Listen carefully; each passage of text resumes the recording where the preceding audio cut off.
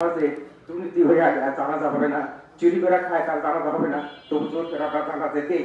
কিন্তু এই হিসাবে দেখা যায় ডাক্তার ইউনূস আমার ওয়াজের কাপড় সে প্রচার করতো, শত শত কোটি সে প্রচার করছে জীবনে। শুধু আজকে এইটুকু বলতে চাই যে তার যে বেতন বিধ সেই কথাটা মনে করে আসবো, খুব দুঃখ লাগে। প্রতিদিন হয়তো আমি কিছু করতে পারি না, কিন্তু যখন রাস্তাঘাটে যাই কবরের শব্দ একটা সালাম দেওয়া যায়, বলি যারা মরছে তারা ব্যস্ত বেশি হোক, যারা জীবিত আছে মনেই হোক, দুজক হারাম হয়ে যাক, এটা হলো আমার প্রার্থনার মূল উদাহরণ। কিন্তু আজকে কি বলবো, কলা একটু কথা বলে চলে যাচ্ছে। তবে ডাক্তার ইউনূসের সঙ্গে শুধু একটু বলবো যে আজন্ম সমাজ শিবিষে সে তার ব্যথা প্রার্থনা সবকিছু সে মানুষের জন্য সেবা করে গেছে।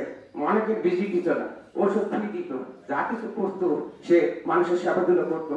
তারই ফলশ্রুতিতে টেক্সাস দিয়ে এই প্রতিষ্ঠানটা হয়েছে, প্রতিষ্ঠান থাকবে হবে, শুধু সভাপতি এর মাধ্যমে কাছে চলবে। তবে আমাদের উচিত প্রত্যেকে কিছু না কিছু এর মধ্যে দেওয়া, অন্তত পক্ষে যে কিছু কিছু দিন ওষুধের টাকা দিলেও এখানে আসে। আর দেখা যায় একটা মেডিকেলে গেলে 700 টাকা বেজি যাইতেছে খরচ, ন্যস্ত ঘন্টার পর ঘন্টা বসে থাকতে হয়। সেটা একমাত্র ঔষধ হিসাবে ডাক্তার ইউনূস এখানটা করছিল। যদি ওই আমাদের মেডিকেল ব্যবস্থা করতে পারতো তাহলে হয়তো তার স্বপ্নটা সার্থক হতো, কিন্তু সে স্বপ্নটা সার্থক হবে কিনা জানি না। তবে এইটা দিয়ে হয়তো সে সার্থক হতে পারে, কেমন পর্যন্ত হয়তো সে সব দিতে পারবে মানুষের সেবার জন্য। সেবাই মানুষের জন্ম, মানুষের জন্ম কিন্তু কিছু আসে যায় না, মানুষের জন্ম তো গঠন করে আসে না, তার কর্মফলে তাকে চিরদিন বিজয়ী রাখবে।